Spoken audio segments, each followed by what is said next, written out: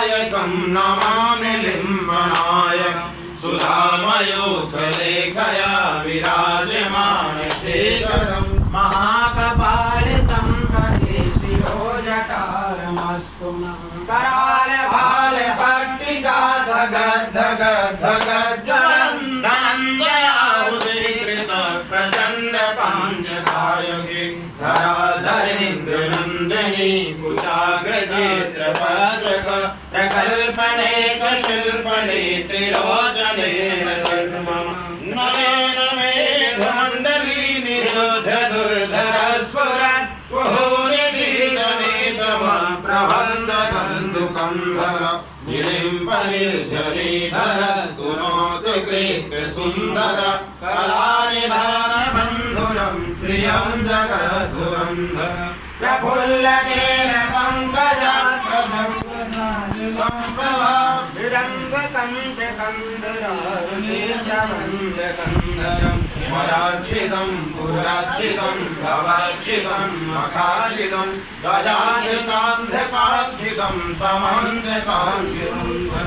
असर्व सर्वमङ्गलात्मनागतं मञ्जरी रसप्रवाह माधुरी स्मरान्तिकं पुरान्तिकं भवान्तिकं spotlight बंदा गयान्तिकान्तिकान्तिकं तमान्तिकान्तिकं जयात्मदभ्रमिभ्रमभ्रमद्भुजङ्गमस्फुरत् जगद्गगन्दिरङ्गरालभारभ्यवाटिनीतिमङ्गलाध्वनिक्रम प्रपरिचित प्रचण्डताण्डवाचिवो चित्रतल्पयोर्भुजङ्गमौक्तिकश्करो वरश्चिरत्नलोष्टयो श्रीद्रिपश्यप spotlight क्रीडारेन्दुचक्षुषो महेन्द्रयो शमं प्रवर्तयन् सदा शिवं भजामि करालियं निर्झरीनिकुञ्जकोटरे वसन् विमुक्तदुर्मते सदा विमुक्तलोचनो दलालभारलतः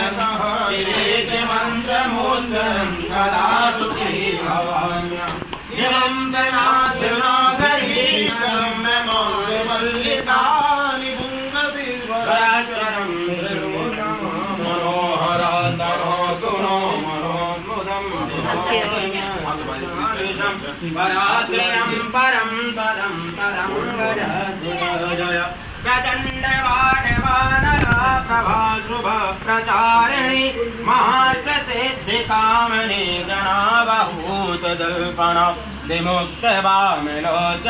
विवाहकालिकाध्वनि शिवेति मन्त्रभूषणो जगज्जयाय जायेतम् इमं हिडिञ्जनेव मोक्षमोक्षमोल्लमस्तवं पठन्युरन्न ब्रह्मणो विशुद्धमेति सन्ततं हरे गुरो सुभक्त्या सुमातिना यथागति विमोहनं हिदेहिनां सुशङ्करस्य चिन्तये विमोहिनं हिदेहिनां सुशङ्करस्य चिन्तनं पूजावसान समये दशवक्त्रगीतं